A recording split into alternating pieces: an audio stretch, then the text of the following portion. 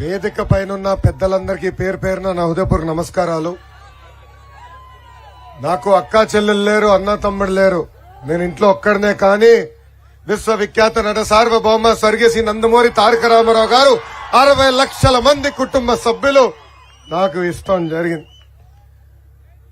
ఎత్తిన పసుపు జెండా దించకుండా, మడమ తిప్పకుండా తెలుగుదేశం పార్టీకి కాపలాగాసిన ప్రతి కార్యకర్తకి పేరు పేరున నా హృదయపూర్వక నమస్కారాలు. ఉత్తరాంధ్ర అమ్మ లాంటిది. అమ్మ ప్రేమకి కండిషన్లు ఉండవు. ఉత్తరాంధ్ర ప్రజల ప్రేమకు కూడా కండిషన్లు ఉండవు. తెలుగుదేశం పార్టీ హయాంలో ఉత్తరాంధ్రాని భారతదేశానికి జాబ్ క్యాపిటల్ ఆఫ్ ఇండియాగా తీర్చిదిద్దితే ఈ ప్రభుత్వ అధికారంలోకి వచ్చిన తర్వాత ఉత్తరాంధ్రాని గంజాయి క్యాపిటల్ ఆఫ్ ఇండియాగా మార్చేసింది. ఉత్తరాంధ్ర ఊపే వేరు. మనం చూస్తున్నాం పార్లమెంట్ లో ఎట్లా ఈ అధికార పార్టీని కడిగి పిప్పు చేస్తున్నాడో మన ఎంపీ రామ్మోహన్ నాయుడు గారు. పౌరుషాలకి పోరాటాలకి గడ్డ శ్రీకాకుళం గడ్డ.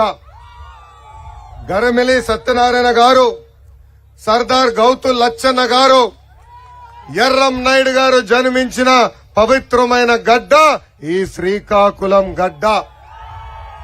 ఇంత పవిత్రమైన గడ్డపై నా శంఖారామం కార్యక్రమం ప్రారంభిస్తాం. నా అదృష్టంగా భావిస్తున్నాను. జగన్ పదే పదే సిద్ధం అంటున్నాడు. అది చూస్తే నాకు ఒక విషయం అర్థమైంది. జగన్ జైలుకి వెళ్లేదానికి సిద్ధంగా ఉన్నాడు. మరి జైలుకు పంపించడానికి మీరు సిద్ధంగా ఉన్నారా? బీసీ బిడ్డ అమర్నాథ్ గౌడ్ ని అతి కిరాతకంగా చంపారు వైకాపా నాయకులు. ఇంకా ఎంతమంది బీసీ బిడ్డలు చంపేదానికి మీరు సిద్ధమని సభాముఖంగా వాళ్ళు నిలదీస్తున్నా. దళిత మేధావి డాక్టర్ సుధాకర్ గారిని వేధించి ఆత్మహత్య చేసుకునే పరిస్థితి మనందరం చూసాం. ఇంకా ఎంతమంది దళితుల్ని ఆత్మహత్య చేసుకునే పరిస్థితి తీసుకొస్తారని సిద్ధమని ఈ రోజు మీరు అడుగుతున్నారని సభాముఖంగా ప్రశ్నిస్తున్నాం. మైనారిటీ బాలిక మిస్బా లాంటి వందలాది మైనారిటీల్ని వేధించి ఆత్మహత్య చేసుకునే పరిస్థితి తీసుకొచ్చింది ఈ ప్రభుత్వం. దానికి మీరు సిద్ధమా అని ఈ ప్రభుత్వాన్ని నేను నిలదీస్తున్నా. అసలు ఏకంగా రాష్ట్రాన్ని సర్వనాశనం చేసేదానికే ఈ జగన్ సిద్ధమని చెప్తాం జరుగుతుంది. దానికి కేవలం మూడే ఉదాహరణలు ఇస్తా. విశాఖపట్నంలో ఏకంగా వైకాపా నాయకుల భూ కబ్జాలకి సహకరించలేదని తహసీల్దార్ రమణయ్య గారిని అతి కిరాతకంగా కొట్టి చంపేశారు వైకాపా నాయకులు. అంతెందుకు బాపట్ల జిల్లాలో రైతు భరోసా కేంద్రంలో పనిచేస్తున్న అగ్రికల్చర్ అసిస్టెంట్ పూజిత పాపం ఆత్మహత్య చేసుకుంది. దానికి కారణం ఈ వైకాపా నాయకులు. ఆర్బీకే కేంద్రంకి వెళ్లి అక్కడ ఉన్న ఎరువులన్నీ దొంగతనం చేసి వెళ్ళిపోయారు. తిప్పి పూజితాని ఆ డబ్బులు కట్టమని చెప్తే ఆ డబ్బులు కట్టలేక పాపం చెల్లమ్మ ఆత్మహత్య చేసుకుంది. ఇంతేకాదు విజయనగరం జిల్లాలో పంచాయత్ రాజ్ డిపార్ట్మెంట్ కి చెందిన జేఈ రామకృష్ణ ఏకంగా ఆ ఫ్యాన్ కే ఉరేసుకుని చనిపోయాడు. ఆయన దగ్గర ఉన్న సిమెంట్, స్టీల్ వైకాపా నాయకులు పట్టుకెళ్లిపోయారు. తిప్పి ఆయన్నే డబ్బులు కట్టమంటే అది ఓర్చుకోలేక ఆయన ఆత్మహత్య చేసుకునే పరిస్థితికి వచ్చింది. జగన్ ఈ మధ్యన ఒక కొత్త నాటకం మొదలు పెట్టాడు. 4 సంవత్సరాలు 10 నెలలు హాయిగా పడుకుని ఇప్పుడు డిఎస్సి అని తిరుగుతున్నాడు. ఎన్నికల ముందల ఏమన్నాడు? మెగా డిఎస్సి ఏర్పాటు చేస్తా, 23,000 పోస్టులు భర్తీ చేస్తా అన్నాడు. అంతేకాకుండా ప్రభుత్వంలో ఉన్న 2,30,000 పోస్టులు భర్తీ చేస్తానని ఆనాడు మాట ఇచ్చి మడమ తిప్పాడు ఈ రోజు జగన్. అదే జగన్ ముఖ్యమంత్రి అయిన తర్వాత కేవలం 18 పోస్టులు ఉన్నాయి, ఖాళీగా ఉన్నాయని చెప్పాడు. దాని తర్వాత 117 జియో తీసుకొచ్చి ఏకంగా స్కూల్స్ ని రేషనలైజ్ చేసి అసలు ఉద్యోగాలు లేవు, కేవలం 6,000 మందికి డిఎస్సి ఏర్పాటు చేస్తారన్నాడు. ఇక్కడున్న యువకులు గుర్తుపెట్టుకోవాలా, అన్న విశ్వవిఖ్యాత నట సార్వభౌమ స్వర్గీయ శ్రీ నందమూరి తారక రామారావు గారు గాని, చంద్రబాబు నాయుడు గారు గాని ఇద్దరు కలిసి 1,70,00,000 ఉపాధ్యాయుల పోస్టులు భర్తీ చేస్తాం జరిగింది. ఈ సభాముఖంగా నిరుద్యోగ యువతి యువకులు నేను హామీ ఇస్తున్నా, 2 నెలలు ఓపిక పట్టండి, మన ప్రభుత్వం వస్తుంది. ప్రతి సంవత్సరం మీకోసం డిఆర్సి ఏర్పాటు చేసే బాధ్యత నేను వ్యక్తిగతంగా తీసుకుంటాను. జగన్ పదే పదే పేదవాడని చెప్పుకుంటున్నాడు. ఇక్కడున్న ప్రజలందరినీ ఒక ప్రశ్న అడగాలనుకుంటున్నా, సొంత ఛానల్ ఉన్నవాడు పేదవాడవుతాడా? సొంత పేపర్ ఉన్నవాడు పేదవాడవుతాడా? సొంత సిమెంట్ ఫ్యాక్టరీ పెట్టుకున్నవాడు పేదవాడవుతాడా? సొంత సోలార్ ప్లాంట్లు ఉన్నవాడు పేదవాడవుతాడా అని అడుగుతున్నా. ₹1,00,000 విలువైన చెప్పులు వేసుకుని తిరుగుతాడు, ₹1,000 ఖరీదైన వాటర్ బాటిల్ నుంచి నీళ్లు తాగేవాడు పేదవాడవుతాడా అని ప్రజలందరినీ ఒక్కసారి ఆలోచించమంటున్నా. పాపం ఈరోజు చూస్తున్నాం, ఎన్నికల ముందల 2019 ముందల అన్న విడిచిన బాణమని షర్మిల గారు చెప్పుకుని తిరిగే పరిస్థితి. అలాంటిది సొంత తల్లి చెల్లి మెడబట్టి బయటికి గెంటేశాడు ఈ జగన్. ఈ రోజు షర్మిల గారు కానివ్వండి, సునీత గారు కానివ్వండి, ఏకంగా మాకు భద్రత లేదు అని చెప్పే పరిస్థితి. అంటే సొంత ఇంట్లో ఉన్న మహిళలకే భద్రత లేదంటే ఇంకా ఆంధ్ర రాష్ట్ర మహిళల పరిస్థితి ఎలా ఉందో ఒక్కసారి అందరు ఆలోచించమని నేను కోరుతున్నా. ఈ జగన్ చూస్తే నాకు ఒకటి గుర్తొస్తుందండి, ఒక అద్భుతమైన కటింగ్ ఫిట్టింగ్ మాస్టర్. ఏంటది? Cutting fitting master. పదే పదే మీటింగ్లు అంటాడు, బటన్ నొక్కినా బటన్ నొక్కినా బటన్ నొక్కినా అని. బటన్ నొక్కుతాడు తల్లి, అకౌంట్ లో ₹10 పడుతుంది. అందరూ బాగుంటారు మీరు, కానీ మీకు తెలియదు ఇంకో బల్ల కింద ఒక బటన్ ఉంది తల్లి, అది ఎర్ర బటన్. పైన బులుగు బటన్ నొక్కుతాడు, బల్ల కింద ఎర్ర బటన్ నొక్కుతాడు. ₹10 అకౌంట్ లో పడితే ₹100 ఉష్షన్ పోతుంది అకౌంట్ లో. ఎలా పోతుందో చెప్పాలి కదా. కరెంటు ఛార్జీలు 9 సార్లు పెంచి బాధుడే బాధుడు. ఆర్టీసీ ఛార్జీలు 3 సార్లు పెంచి బాధుడే బాధుడు. ఇంటి పన్ను, చెత్త పన్ను, మరుగుదొడ్డు పన్ను, ఇంకా తొందరలో ఇంట్లో ఉన్న కుక్కకు కూడా పన్నేస్తాడు ఈ జగన్.